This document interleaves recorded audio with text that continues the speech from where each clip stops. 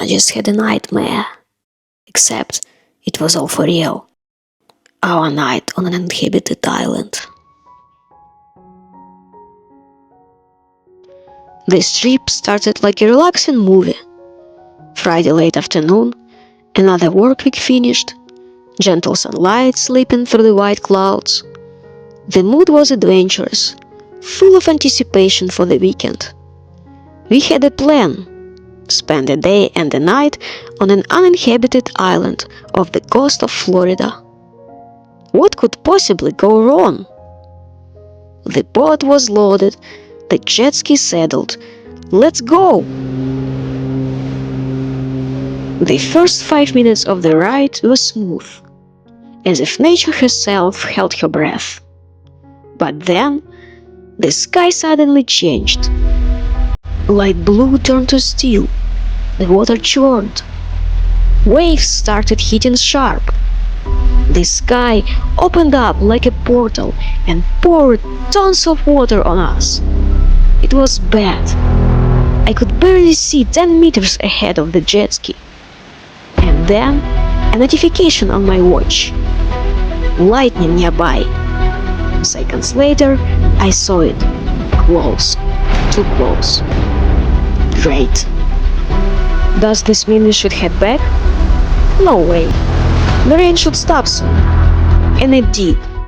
Just in time for the island to appear on the horizon, like a mirage rising out of the storm. We made it.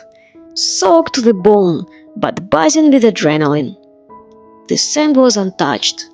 The palm trees swayed lazily as if they had not just witnessed a mini hurricane, like nothing had happened. Only the high waves told us the truth.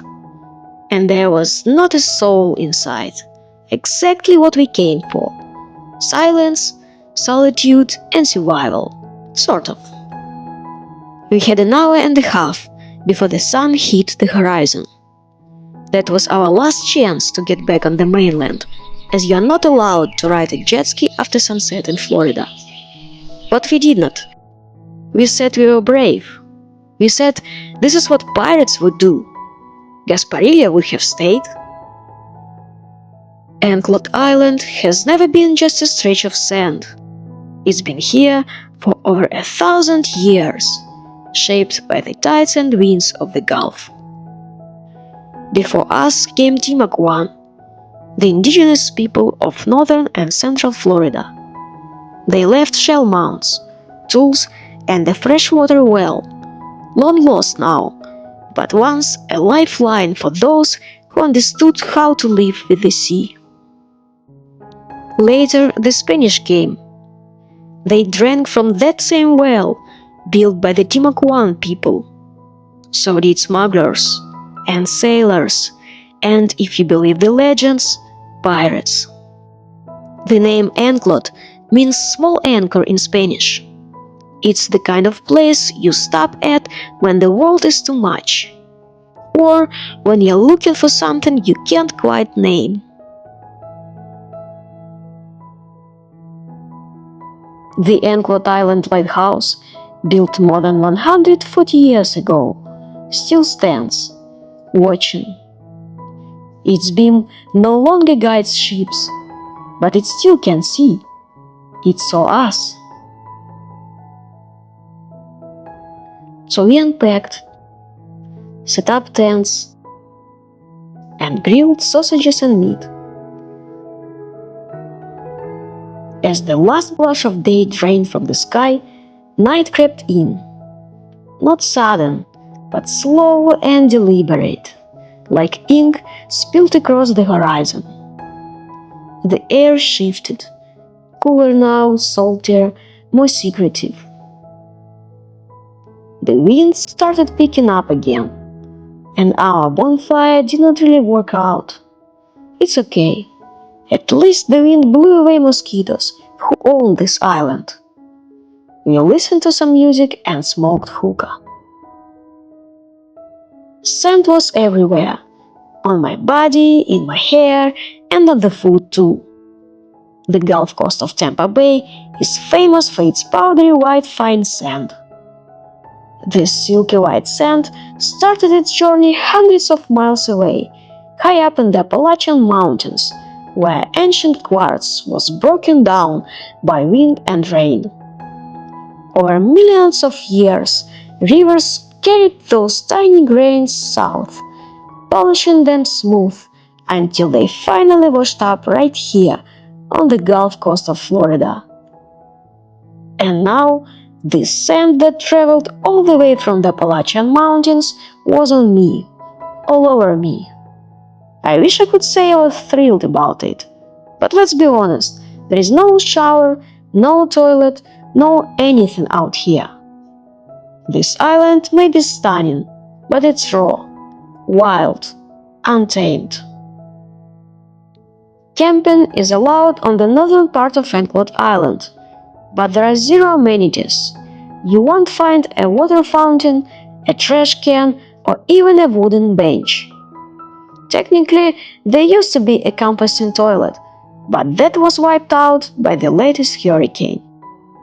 If you want to camp here, you need to notify the ranger ahead of time. It's free, but they need to know you are out here, just in case the weather decides to throw another tantrum. And speaking of tantrums, it started around 4 a.m. The rain picked up, the wind got louder, and the lightning came back. As I lay there in the dark, listening to the thunder, I suddenly remembered something I had read a few days ago. Central Florida holds the record for the most lightning deaths in the entire US. So, what if the lightning hit our tent? Are we going to be dead right away, or just severely crispy and regretful for a few minutes first? Before I could finish panicking, there was a loud slap, a snap, and suddenly one side of our tent collapsed. The rain came into the tent.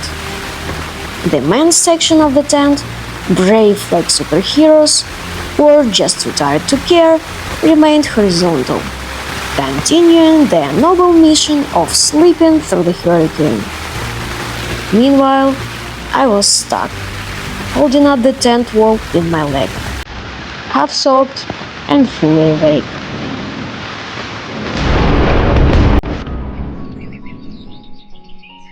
Morning came unexpectedly. I guess I did get some sleep eventually. Apparently, the gods of lightning were kind to us this time. I got out of the tent and went straight to the Gulf. It was quiet, it was beautiful, and I was still alive. We all were. My friend was making coffee by the fire. The kids were already jumping from the boat. And I've never been more grateful for the ordinary things you take for granted. Dry clothes, hot coffee, people you love still breathing beside you. Our jet ski almost floated into the Gulf that night. We tied it to the board. It got scraped and scarred, but it stayed, and it carried us back to solid walls and running water and storms that happened behind windows. Would I do it again? Maybe, but not to prove anything, and not because it was easy.